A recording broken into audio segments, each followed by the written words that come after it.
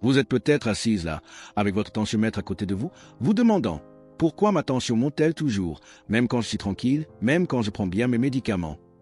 Et peut-être que personne ne vous a jamais vraiment expliqué ce qui se passe dans votre corps. Peut-être avez-vous cru que c'était seulement la faute du sel, ou de l'âge, ou de ce stress que vous essayez même de cacher à vous-même. Mais si je vous disais qu'il existe une autre voie, plus douce, plus respectueuse, qui commence par un changement de conscience. Aujourd'hui, je vous invite à une conversation sincère, comme si nous étions ensemble dans votre salon. Nous allons parler de votre tension, oui, mais aussi de la façon dont vous respirez, dont vous bougez ou ne bougez pas et des émotions que vous gardez en silence. Car la vérité, c'est qu'une tension instable n'est pas toujours un problème isolé du cœur. Parfois, c'est un signe, un appel de votre corps qui demande de l'attention, qui réclame plus de douceur, qui demande une pause. Beaucoup d'hommes et de femmes de plus de 60 ans sont pris dans un cercle invisible. Ils se lèvent, prennent leurs médicaments, s'asseyent sur le canapé et attendent. Ils attendent d'aller mieux. Ils attendent que la tension baisse. Ils attendent le courage de sortir, de marcher ou simplement de respirer plus librement. Mais le corps à plus de 60 ans ne répond pas bien à l'abandon. Il a besoin de mouvement, même petit. Il a besoin de stimulation, même subtile. Il a besoin de soins, chaque jour, pas seulement au moment où on serre le bras pour prendre l'attention. Dans cette vidéo, je veux partager avec vous ce qui a vraiment stabilisé ma tension, sans pilule miracle ni promesse vide. Ce sont de petits gestes, de petits choix, qui respectent le rythme de ceux qui ont déjà beaucoup vécu, mais qui ont encore beaucoup à vivre.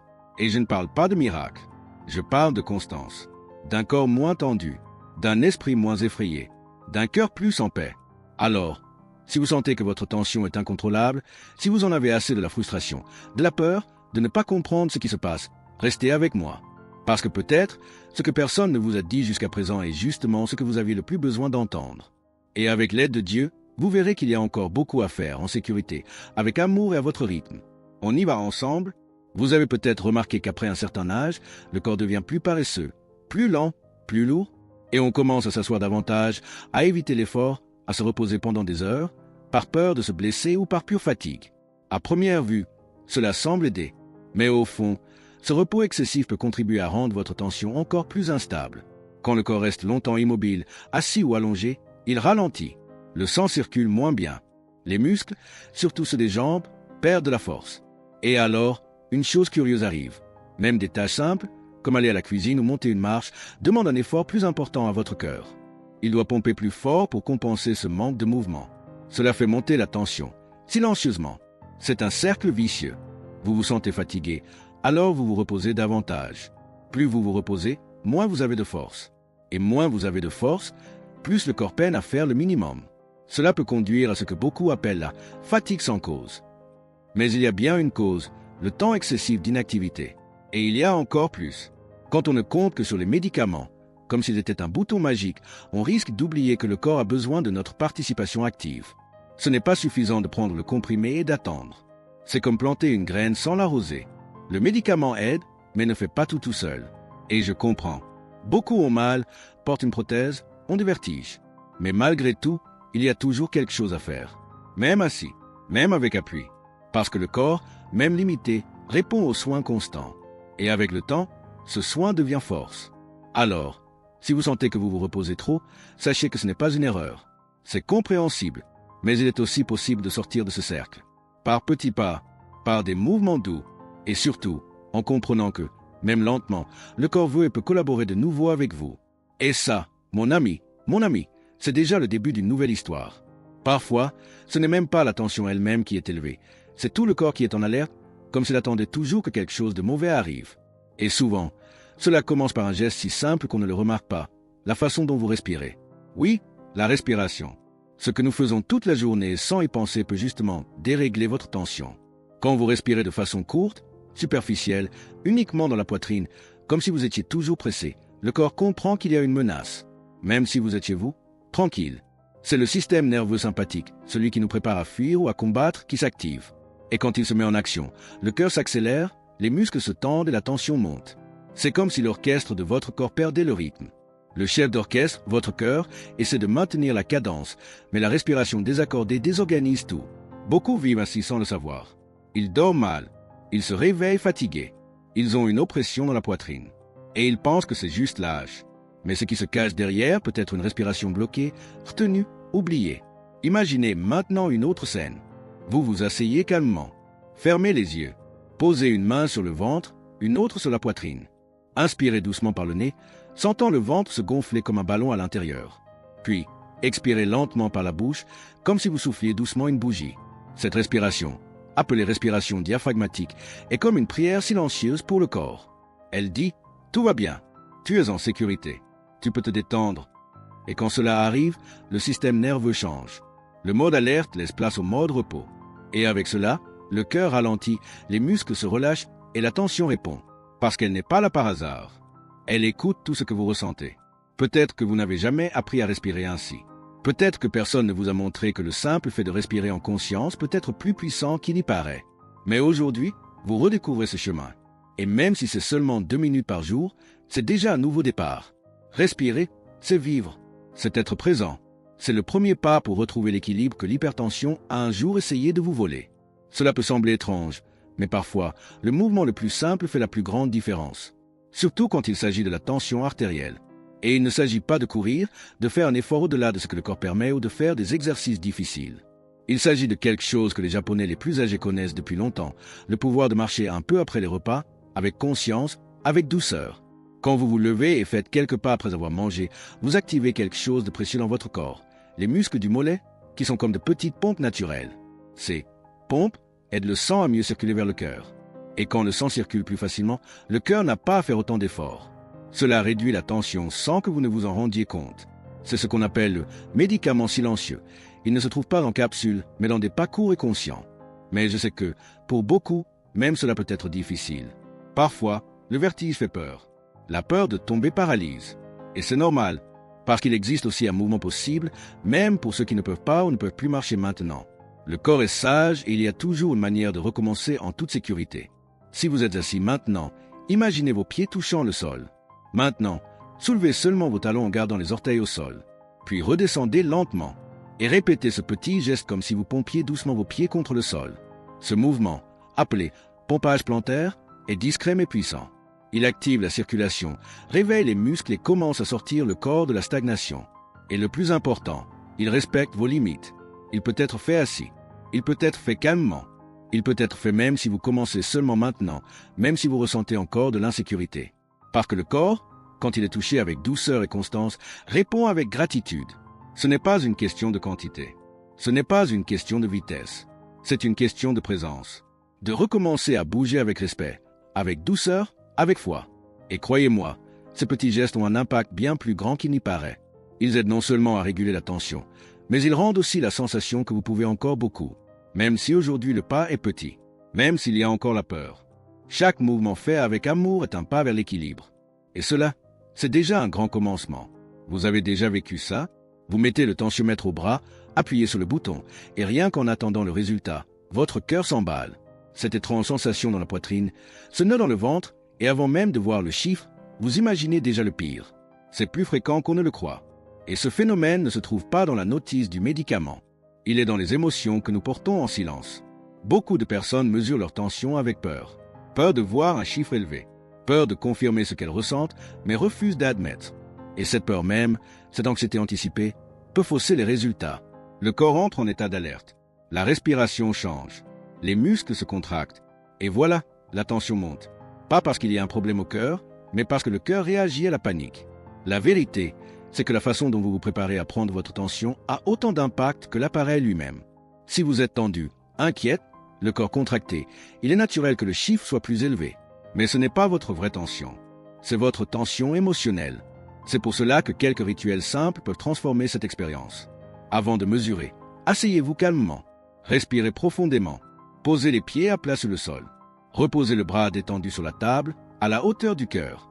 Et si vous le pouvez, fermez les yeux un instant et dites-vous « Tout va bien, je prends soin de moi ».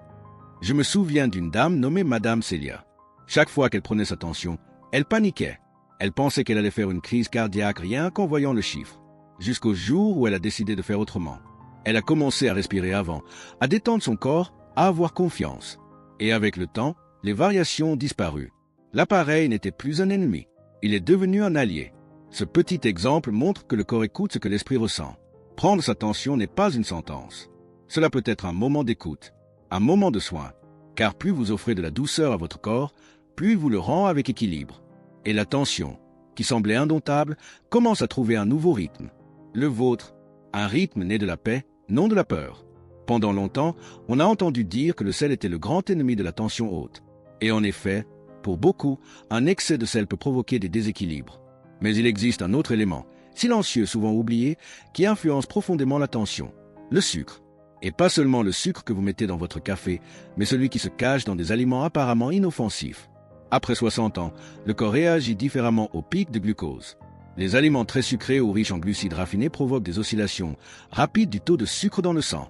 Et le corps, cherchant à s'équilibrer, active des mécanismes qui affectent directement la tension. Vous ne le remarquez pas immédiatement, mais juste après un dessert, cette sensation de chaleur, d'agitation, de lourdeur dans la tête peut apparaître. Ce n'est pas un hasard. C'est le système qui essaie de compenser un excès. Le plus surprenant, c'est que beaucoup de ces aliments sont déguisés en produits sains. Les produits avec les étiquettes light, zéro gras ou faible teneur en sodium peuvent contenir des édulcorants ou des sucres cachés qui perturbent le corps. Ils promettent légèreté, mais leur effet sur le corps peut être l'inverse. Le cœur s'accélère, la tension monte, et vous n'imaginez même pas pourquoi. Un test simple peut en révéler beaucoup. Après avoir mangé un aliment sucré, observez votre corps pendant 30 minutes. Comment respirez-vous? Ressentez-vous une gêne? Êtes-vous plus agité ou plus fatigué? Votre corps parle, mais pour l'écouter, il faut créer cet espace d'attention. L'idée ici n'est pas de tout couper ou de vivre dans la peur de la nourriture. C'est de développer la conscience. C'est de regarder l'assiette avec plus de curiosité et moins de culpabilité. C'est de comprendre que l'équilibre est aussi dans la façon dont vous vivez les saveurs de la vie. Mangez avec présence, modération, intention. La tension ne répond pas seulement au sel. Elle répond au rythme de votre vie, à votre façon de manger, à la douceur que vous vous offrez dans les petits choix quotidiens. Parce que chaque cuillerée qui respecte votre corps aide aussi votre cœur à battre plus tranquillement. Et c'est un geste d'amour. Un amour qui commence par ce que vous mettez dans votre assiette et qui se propage dans tout votre être. Il y a des douleurs que les médicaments ne peuvent atteindre. Il y a des tensions qui ne viennent pas toujours du corps, mais de l'âme. Et il y a des moments où, même en faisant tout bien, la tension continue de fluctuer comme si quelque chose nous était encore agité. C'est là que la spiritualité peut devenir une alliée profonde, non seulement pour l'esprit, mais aussi pour le corps. Beaucoup d'hommes et de femmes de plus de 60 ans ont une foi silencieuse, une connexion intime avec Dieu, avec la prière, avec la gratitude. Et cette force intérieure, lorsqu'elle est cultivée avec constance, a un impact réel sur la santé. Ce n'est pas seulement une consolation, c'est une régulation, c'est un équilibre. Parce que lorsque vous priez, remerciez ou simplement faites silence pour écouter votre cœur, le système nerveux se réorganise. Le corps comprend qu'il est en sécurité. Et la tension, auparavant élevée par la tension, trouve un espace pour se calmer. Avez-vous remarqué comment, après une prière sincère, le corps semble plus léger, comme si le fardeau avait diminué? Ce sentiment a une base physiologique. La spiritualité active le système parasympathique, responsable de la restauration, de la guérison, de la régénération. Et cela se reflète directement sur la tension artérielle, la respiration, les battements du cœur. Mais il y a aussi quelque chose de plus subtil, les croyances que vous portez. Parfois, même en priant, vous pouvez garder en vous des phrases comme « Mon corps ne sert plus à rien, je suis trop vieux, ça ne s'améliorera jamais ». Ces voix intérieures maintiennent le corps en état d'alerte, comme si le cœur voulait crier plus fort que l'esprit, essayant de rappeler qu'il y a encore la vie, l'espoir, la possibilité. C'est pourquoi la spiritualité n'est pas seulement prier. C'est aussi se parler avec plus d'amour. C'est choisir, chaque jour, une phrase de bénédiction, une pensée de gratitude, un souvenir qui apaise. Cela peut être au réveil, au repas, au coucher. Des moments simples, mais pleins d'intention. Imaginez-vous en train de vous dire doucement, la main sur le cœur, « Merci, Dieu, pour ce corps qui continue de m'accompagner. » Cette phrase, répétée avec foi, peut être plus puissante que n'importe quel tranquillisant, parce qu'elle vous reconnecte à la source de la vie. Et dans cette connexion, le corps se repose, le cœur remercie, et l'attention, silencieusement, retrouve sa place. Pas par magie, mais parce qu'elle a été accueillie avec vérité. Et cela, oui, est une médecine de l'âme. Quand on parle des muscles qui influencent la santé, beaucoup pensent immédiatement aux jambes, à la colonne vertébrale, aux bras. Mais il y a un muscle, discret et profond, qui a un impact direct sur la façon dont votre corps régule la tension, le diaphragme. Il est là, entre la poitrine et l'abdomen, et participe à chaque respiration que vous faites. Mais avec le temps, avec le stress et le manque de mouvement, il peut se tendre. Et quand cela arrive, tout le corps souffre. Le diaphragme est comme un pont entre le corps physique et l'émotionnel. Quand il est libre, l'air entre facilement, le cœur bat en harmonie et l'esprit se calme. Mais quand il est tendu, la respiration se raccourcit, la poitrine devient rigide et la sensation d'oppression ou d'étouffement augmente. Cela active, une fois de plus, l'état d'alerte interne, celui-là même qui fait monter silencieusement la tension. Et ce qui est curieux, c'est que cette tension ne vient souvent pas d'un effort physique, mais d'émotions refoulées. Inquiétude, tristesse, peur, rancune, tout cela peut s'accumuler là, bien au centre du corps. Et le résultat est une respiration bloquée, superficielle, qui empêche la détente et maintient le cœur sous pression constante. Mais ce muscle peut aussi être libéré, par un geste simple, doux, fait en conscience et avec bienveillance. Imaginez maintenant que vous êtes assise ou allongée confortablement. Placez les bouts des doigts sous le sternum, sur cette partie molle de l'abdomen. Inspirez profondément. En expirant, appuyez doucement avec les doigts vers l'intérieur et vers le haut. Sentez le mouvement. Répétez plusieurs fois, doucement, en respectant vos limites. C'est comme si vous disiez à votre corps « Tout va bien, tu peux te détendre ». Ce toucher est autant physique qu'émotionnel, parce qu'il y a beaucoup de choses non dites qui résident là. Et quand vous vous permettez de toucher cet espace avec amour, quelque chose s'ouvre. La respiration coule, le cœur remercie, et la tension, qui semblait obstinée, commence à répondre avec plus d'équilibre. Respiration courte, poitrine rigide même au repos, ce sont des signes. Pas d'échec, mais d'un corps qui demande des soins. Et maintenant vous savez, il y a un muscle qui garde votre histoire. Et il y a aussi un chemin pour le libérer, avec conscience, avec tendresse, et avec foi en ce que votre propre corps peut encore récupérer. Parce qu'il n'est jamais trop tard pour recommencer, surtout quand ce recommencement vient du centre. De l'intérieur vers l'extérieur, du cœur à l'air qui entre et sort avec légèreté. La tension stable n'est pas un cadeau tombé du ciel, ni un miracle qui arrive soudainement. Elle est, la plupart du temps, le reflet de petits choix faits avec constance, avec attention, avec respect pour le corps que vous avez aujourd'hui. Un corps qui a peut-être déjà affronté des opérations, des douleurs, des frayeurs, mais qui est toujours là, solide, demandant des soins, demandant à être écouté. Pendant des années, on vous a dit que prendre le médicament suffisait. Et oui, il a sa place. Mais ce que vous faites entre chaque dose est ce qui transforme vraiment. La façon dont vous respirez, dont vous bougez, dont vous accueillez vos émotions, dont vous gérez la nourriture, surtout, dont vous vous parlez. C'est là que réside le secret. Un secret qui ne se cache pas dans des formules magiques, mais bien dans vos propres mains, à votre rythme, avec votre foi. Quand vous apprenez à écouter votre corps avec plus de patience, quand vous comprenez que la peur ne doit pas vous guider, que le repos n'est pas la seule réponse, que le sucre a un impact, que le diaphragme garde de vieilles tensions. Quelque chose change. Pas de l'extérieur vers l'intérieur, mais de l'intérieur vers l'extérieur. Parce que le corps commence à se sentir en sécurité à nouveau. Et un corps qui se sent en sécurité trouve naturellement le chemin du retour à l'équilibre.